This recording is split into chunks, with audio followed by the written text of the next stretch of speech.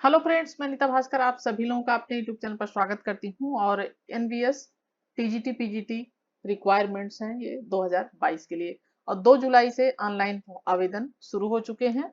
2 जुलाई से और कब तक चलेंगे? 22 जुलाई तक। तो 22 जुलाई तक आप ऑनलाइन आवेदन इसके लिए कर सकते हैं। तो इसके बारे में पूरी प्रक्रिया जानते हैं। योग्यता क्या है, एज लिमिट क्या है, सैलरी क्या है, चयन प्रक्रिया क्या है, शुल्क कितना है, तो इसके बारे में जानेंगे सभी कुछ। वीडियो पूरा अवश्य देखिएगा। तो चलिए शुरू करते हैं।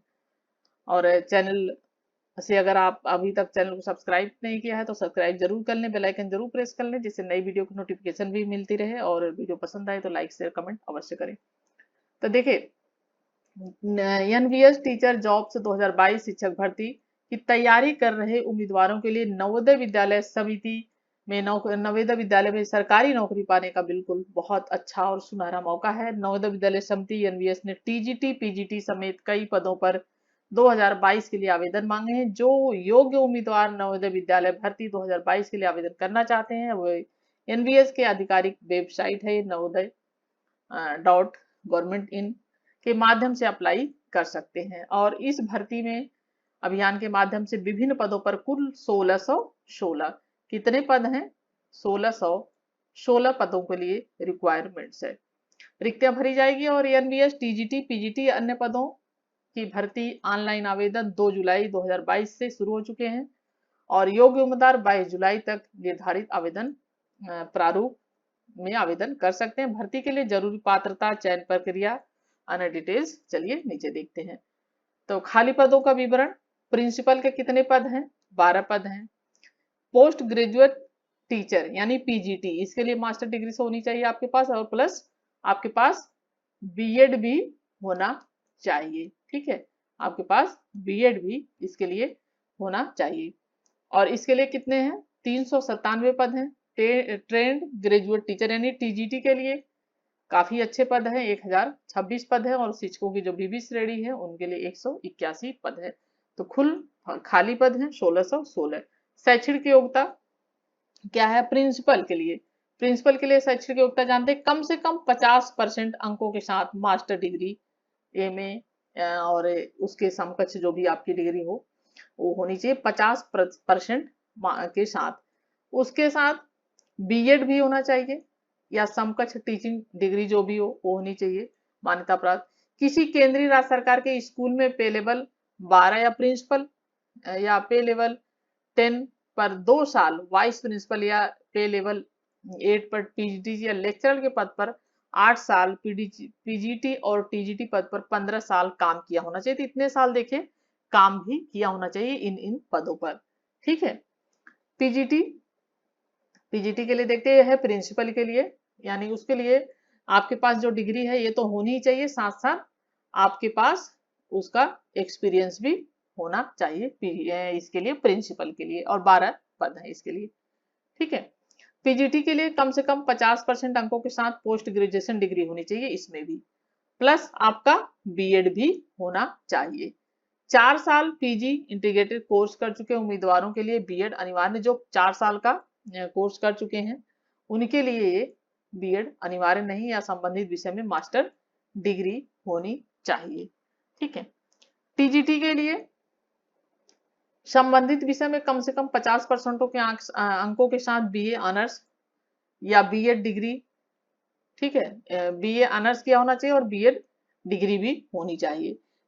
सीबीएसई द्वारा आयोजित केंद्रीय शिक्षक पात्रता परीक्षा यानी सीटेट, ठीक है, ये सी टेट ये क्वालिफाई होना चाहिए। ठीक है, हिंदी व अंग्रेजी भाषा का अच्छा ज्ञान होना चाहिए। तो हिंदी और अंग्रेजी दोनों भाषाओं में वहां पे आपको क्वेश्चन भी पूछे जाते हैं, करीब 20-20 क्वेश्चन, 20 हिंदी के 20 अंग्रेजी के क्वेश्चन भी आते हैं। 150 क्वेश्चन जो आपके होंगे रीजनिंग का सब मिला के, और आपके सब्जेक्ट के होंगे 80 क्वेश्चन, सब मिला के ये 150 क्वेश्चन बनते हैं। तो 20 इसके रहते हैं हिंदी के और 20 अंग्रेजी के क्वेश्चन आते हैं। तो इसका ज्ञान होना चाहिए, क्योंकि जब इंटरव्यू होता है तो ये सब चीजें देखते हैं। अन्य पद है संबंधित फील्ड में डिग्री या डिप्लोमा होना चाहिए। कई पदों के लिए बीएड और अनुभव भी मांगा गया है। तो एक बार वेबसाइट पे जाएंगे तो आपको सारी चीजें क्लियर हो जाएंगी। प्रिंसिपल का पे स्केल कितना है?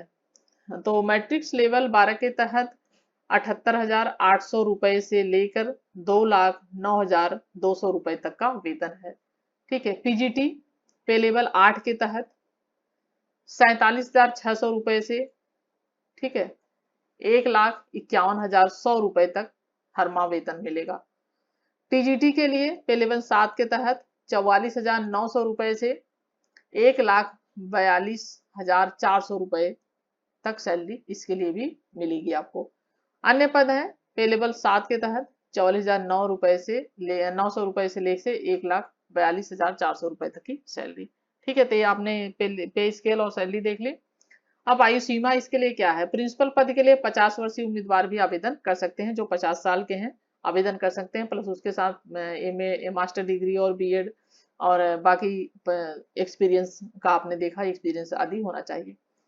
वहीं पीजीटी टीचर के लिए अधिकतम उम्र कितनी है? 40 वर्ष। ठीक है, 40 वर्ष है। और टीजीटी टीचर के लिए अधिकतम 35 वर्ष के उम्मीदवार आवेदन कर सकते हैं।